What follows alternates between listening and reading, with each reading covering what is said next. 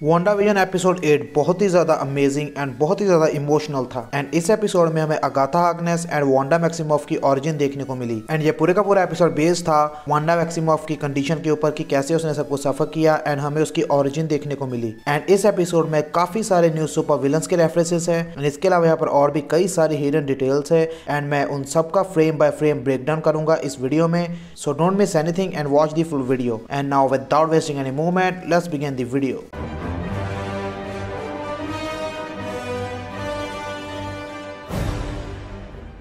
तो episode start होता है 1693 की टाइमलाइन से एंड इस जगह का नाम है सैलम जो कि मैसाचुसेट्स में है। एंड सैलम विलेज एक्चुअली में रियल वर्ल्ड में एग्जिस्ट करता है जो कि बोस्टन के ऊपर मैसाचुसेट्स की नॉर्थ कोस्ट में है। एंड ये विलेज फेमस है विच ट्रायल्स के लिए। मतलब 1692 में यहाँ के लोग औरतों को जिंदा जला देते थे जिन्हें भी वो विच समझते थे। एंड फिर हम देखते हैं अगाथा के साथी एंड मदर विच को जो कि अगाथा को सजा देने वाले हैं क्योंकि अगाथा ने अपने कॉवन को धोखा दिया है एंड नॉलेज की चोरी करी है एंड डार्क मैजिक को प्रैक्टिस किया है। तो सबसे पहले कॉवन को क्लियर कर देते हैं। तो बहुत सारी विचेस के झुंड को कॉवन कहा जाता है एंड जिस नॉलेज की चोरी की बात मदर विच कर रही थी वो नॉलेज डेफिनेटली वो बुक है जो हमने एपिसोड 7 में देखी है। एंड ये बुक मुझे अभी भी लगता है कि डॉक्टर स्ट्रेंज की वही मिसिंग बुक है जो डॉक्टर स्ट्रेंज की मूवी में थी। एंड इसके बाद मदर विच कहती है कि अगाथा ने डार्क मैजिक को प्रैक्टिस किया है। एंड इससे तो ये बुक वाला फैक्ट 99% सच लगता है क्योंकि अगाथा के पास डार्क मैजिक की पावर है एंड डार्क मैजिक एमसीयू में पर्पल कलर का होता है। एंड क्योंकि हमने डॉक्टर स्ट्रेंज की मूवी में डार्क डायमेंशन में डार्क मैजिक का कलर देखा है जो कि पर्पल था एंड अगाथा के मैजिक का कलर भी पर्पल है एंड यहाँ तक कि उसकी कॉस्ट्यूम का कलर भी पर्पल है। सो डेफिनेटली ये बुक डॉक्टर स्ट्रेंज को बिलोंग करती है एंड अगाथा ने हो ना हो इसी बुक से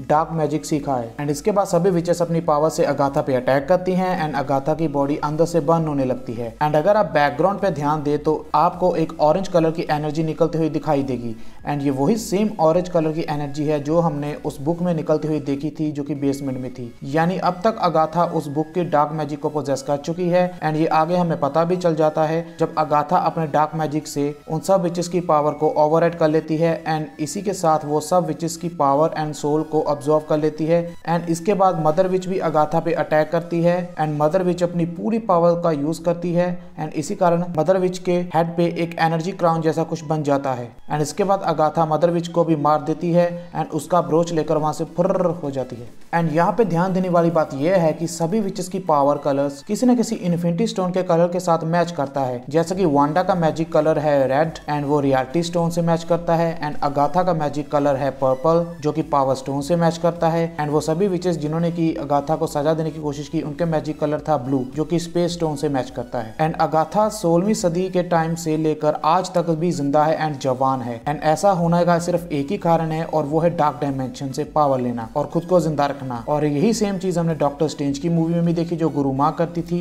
गुरुमा भी जवान एंड पावरफुल रहने के लिए डार्क डायमेंशन से एनर्जी खींचती थी। एंड इसके बाद फ्लैशबैक हो जाती है खत्म एंड हम आते हैं प्रेजेंट में जहाँ पे वांडा अगाथा पे मैजिक ट्राई करती है बट वो अपना मैजिक यूज नहीं कर पाती जिसपे अगाथा हार्कनेस कहती है कि वो उसके थॉट भी नहीं पढ़ सकती क्योंकि उसने सब वॉल्स के ऊपर डॉक्टर फिक्सेट एक स्पेल कास्ट की है जो कि किसी भी विच को उसका मैजिक यूज करने नहीं देगी सिवाय उस विच के जिसने की इस स्पेल को कास्ट किया है। एंड यही रीजन था कि बिली भी एपिसोड 7 के एंड में अगाथा के माइंड को रीड नहीं कर पाया था क्योंकि वो अपनी पावर्स का यूज नहीं कर पाया था इस स्पेल की वजह से। एंड अगाथा वांडा के एक्सेंट का भी मजाक उठाती है और हमें ये बात क्लियर हो जाती है कि सब एपिसोड में वांडा के एक्सेंट पर सवाल क्यों उठते थे। एंड अगाथा अपनी नेक्रोमेंसी पावर का जिक्र वांडा के साथ करती है।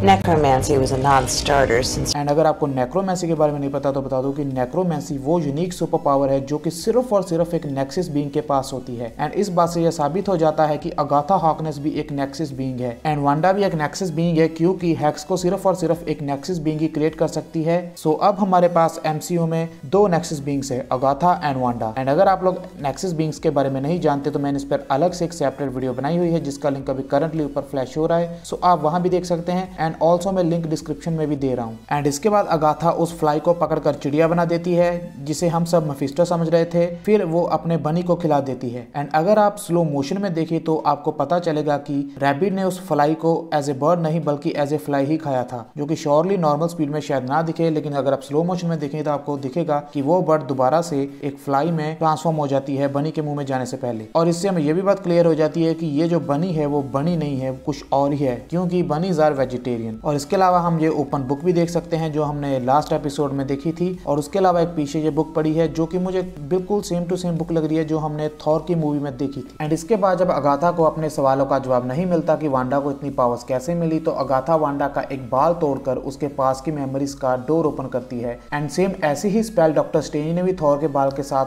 थॉर पर कास्ट करी थी थॉर रैग्नारोक में। तो अभी से अगाथा के ब्रोकन पीसेस डॉक्टर स्ट्रेंज के साथ जुड़ने स्टार्ट हो गए हैं। एंड फिर दोनों वांडा के घर में एंटर होते हैं, आई मीन रियल घर वांडा का, उसके बचपन का घर जो कि सोकोविया में था। एंड वहां पे वो अपनी फैमिली को देखती है। एंड वांडा के डैड सिटकॉम्स के वीसीआर बेचते थे एंड इसीलिए वांडा को बचपन से ही सिटकॉम्स इतने ज्यादा पसंद थे। एंड यही हमें पता चलता है कि वांडा ने अपनी रियलिटी को सिटकॉम्स की तरह क्यों बनाया है। एंड वांडा का फेवरेट सिटकॉम था Dick Van Dyke show. And WandaVision के फर्स्ट 2 एपिसोड भी इसी सिटकॉम के ऊपर बेस्ड थे। एंड ये बेड वाला सीन तो हूबहू वांडा विजन एपिसोड 2 के साथ मैच करता है। एंड इसके बाद वांडा के घर पर आकर स्टॉक इंडस्ट्री का बॉम्ब गिरता है जिसमें कि वांडा के पेरेंट्स की डेथ हो जाती है बट ट्विंस बच जाते हैं ऑफ कोर्स। एंड इसके बाद उन दोनों के सामने आकर एक स्टॉक इंडस्ट्री का बॉम्ब गिरता है बट वो बॉम्ब एक्सप्लोड नहीं होता। And pay attention to the beep of this bomb. ये बॉम्ब के बीप बिल्कुल वैसे ही साउंड करती है जैसे कि वांडा विजन एपिसोड 1 में उस कमर्शियल में वो टोस्टर बीप करता है।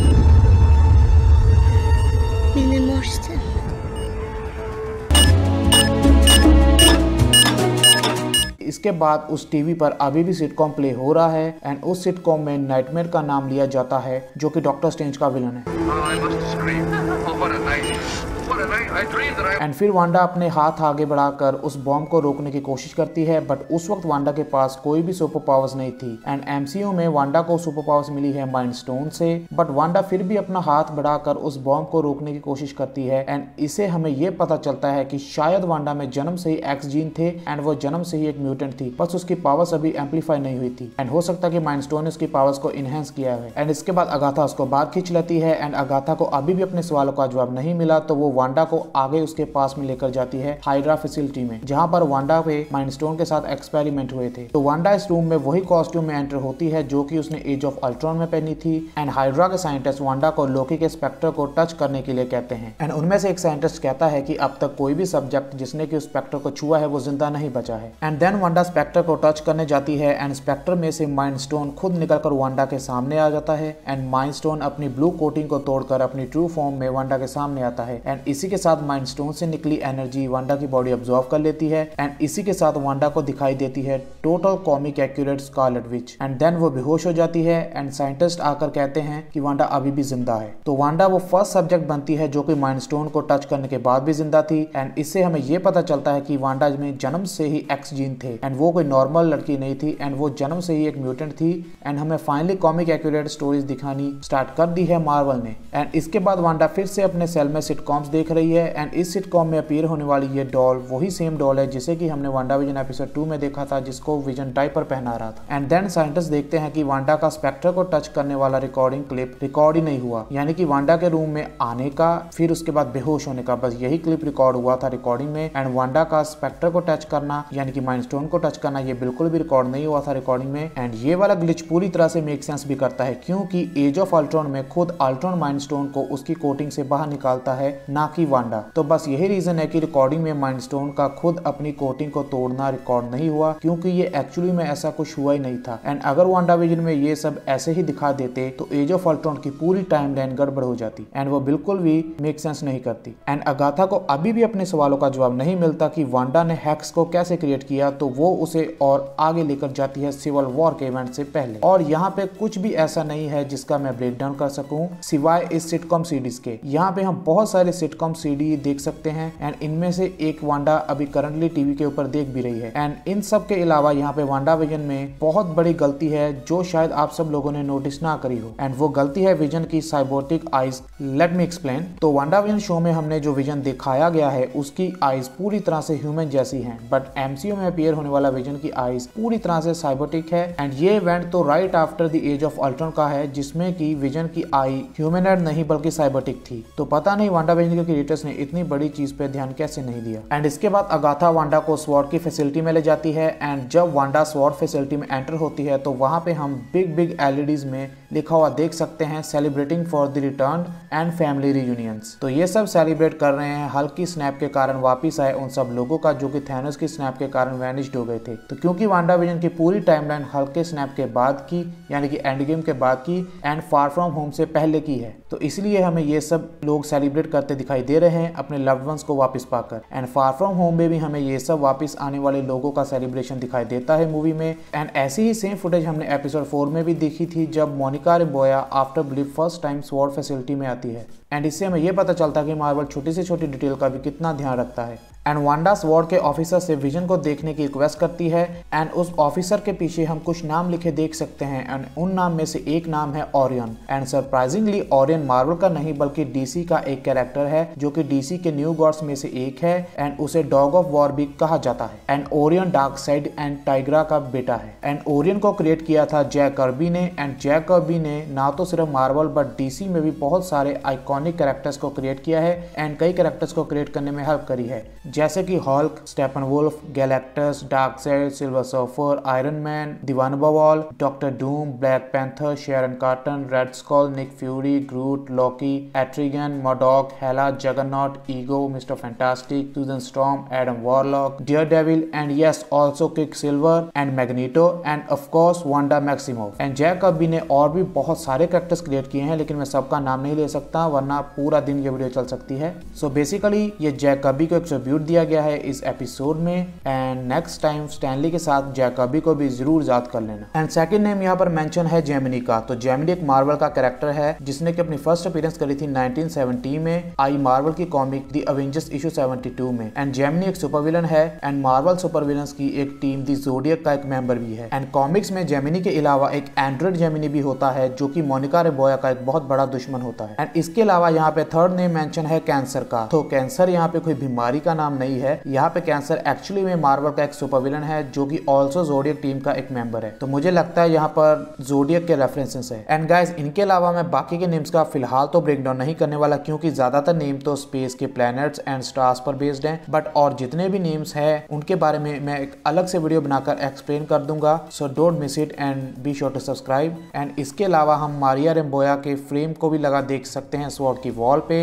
एंड फिर वांडा टाइलर से मिलने जाती है एंड अपनी पावर से डोर को ओपन करती है एंड फिर शीशा ब्रेक कर विजन की बॉडी को खुद देखने जाती है एंड वहां बिना विजन की बॉडी लिए वहां से चली जाती है। एंड बाद में हेवर्ड इसी फुटेज को वांडा के अगेंस्ट यूज करता है वांडा को फ्रेम करने के लिए मोनिका, ड्रेसी एंड जिमी के सामने एंड कहता है कि वांडा विजन की बॉडी को ले गई है जबकि एक्चुअली में ऐसा बिल्कुल भी नहीं था। एंड इसके अलावा हेवर्ड खुद ये बात वांडा से कहता है कि वो अपनी सुपर पावर से विजन को वापस जिंदा कर सकती है, बट वांडा कहती है कि वो इसके लिए यहाँ नहीं आई है। एंड इसके साथ ही हेवर्ड की ट्यून में सडन चेंज आता है एंड वो कहता है कि मैं $3 बिलियन वाइब्रेनियम की वर्थ वाला रोबोट ऐसे तो मैं नहीं दे सकता जमीन में दफनाने के लिए। एंड इसके बाद वांडा को अपनी कार में एक मैप मिलता है एंड वो वेस्टव्यू टाउन में एंटर होती है जहाँ पे वांडा विजन में अपीयर होने वाले कुछ कैरेक्टर्स दिखाई देते हैं जैसे कि विजन के बॉस की वाइफ एंड ये मेल मैन जो कि हमें बार बार दिखाई देता था। एंड देन वांडा अपनी कार से नीचे उतरती है एंड कार की नंबर प्लेट पर हम क्लियरली लिखा देख सकते हैं एक्सेलसियोर जो कि ट्रिब्यूट है हमारे स्टैनली को। एंड फिर वांडा वो मैप खोलती है जिसमें लिखा है to grow old in and वो एक एक्चुअली में प्रॉपर्टी डीड थी जो कि विजन ने अपने एंड वांडा के लिए खरीदी थी। एंड यहाँ पे दोनों के नेम लिखे भी हुए हैं। एंड इसी के साथ वांडा बहुत ज्यादा डिप्रेस्ड एंड सैड हो जाती है एंड उसे बहुत ज्यादा तकलीफ होती है एंड वांडा का ये ग्रीफ उसे बर्दाश्त नहीं होता एंड बाद में यही ग्रीफ वांडा का हैक्स पावर बनकर उसकी बॉडी से बाहर आता है। एंड इसी के साथ वांडा अपनी रियलिटी को जन्म देती है एंड हैक्स क्रिएट करती है एंड पूरे वेस्ट व्यू को अपने हैक्स के अंदर ले लेती है। एंड इसी के साथ साथ वांडा के अंदर से माइंड स्टोन की रेडिएशन बाहर निकलती है जिससे कि जन्म होता है विजन का। एंड इस तरह अपनी रियलिटी में बिना विजन की बॉडी के वांडा विजन को क्रिएट कर देती है। एंड हमें इस बात का भी अब आंसर मिल गया है क्यों विजन हैक्स से बाहर जाने के बाद मरने लगता है, क्योंकि विजन सिर्फ हैक्स के अंदर ही जिंदा रह सकता है क्योंकि वो वांडा के हैक्स का एक पार्ट है। एंड इसके अलावा जब वांडा अपने हैक्स पावर के साथ पूरे वेस्ट व्यू को चेंज कर रही थी तो इस एडवर्टाइजमेंट पर अगर आप ध्यान दें तो जब वांडा की रियलिटी में ये कन्वर्ट होती है तो इस पर लिखा होता है स्नैप जो कि डायरेक्ट रेफरेंस है थैनोस का। एंड फाइनली अगाथा अगाथा को अपने सवालों का जवाब मिल जाता है और वो वापस प्रेजेंट में आती है। एंड वहां आते ही अगाथा अपने असली रूप में आकर टॉमी एंड बिली को अपने मैजिक के साथ कैप्चर कर लेती है। एंड इसी के साथ अगाथा ये भी कहती है कि तुम केओस मैजिक कर सकती हो, जो कि आज तक बस एक मिथ ही माना जाता था और कोई भी इस पे बिलीव नहीं करता था। एंड अगाथा कहती है कि ये केओस मैजिक तुम्हें बनाता है एक स्कारलेट विच। तो फाइनली हमारी वांडा को स्कारलेट विच का टाइटल मिल जाता है एमसीयू में। एंड इसी के साथ एपिसोड हो जाता है खत्म। एंड इसके बाद एक पोस्ट क्रेडिट सीन भी था जिसमें कि हमें पता चलता कि हेवर्ड जिस चीज को लॉन्च करने की बात करता है वो कुछ और नहीं बल्कि विजन था, यानी कि हेवर्ड का बनाया हुआ विजन, क्योंकि विजन की बॉडी हेवर्ड के पास थी। एंड इतने टाइम से हेवर्ड विजन के ऊपर ही एक्सपेरिमेंट्स कर रहा था उसे दोबारा से जिंदा करने के लिए। एंड इस बार पूरी तरह से विजन व्हाइट रूप में वापस आया है और ऐसा ही बिल्कुल कॉमिक्स में भी होता है। एंड यहाँ पर स्क्रीन पर हम लिखा हुआ देख सकते हैं कैटरैक्ट। एंड कैटरैक्ट एक एक्चुअल कंडीशन है ह्यूमन आईज की जिसमें की आईज पूरी तरह से व्हाइट हो जाती है। एंड यही रीजन है कि इस प्रोजेक्ट का नाम रखा गया है कैटरैक्ट, क्योंकि विजन अब पूरी तरह से व्हाइट हो चुका है। एंड जहाँ तक मुझे लगता है कि कॉमिक्स की तरह ये विजन के अंदर भी कोई भी पुरानी मेमोरीज नहीं है एंड एक जस्ट एक रोबोट है जो कि कमांड्स को फॉलो करेगा। एंड इसी के साथ हमारा ब्रेकडाउन खत्म होता है guys. So thanks a lot for watching. I hope you like this breakdown. And अगर आप ऐसी और वीडियोस देखना चाहते हैं तो please subscribe to this channel. And मैं इसी तरह मार्वल एंड डीसी की वीडियोस लाता रहता हूँ। So please hit the subscribe button and if you like this video then please give a thumbs up। एंड you can also follow me on Instagram, all links in the description।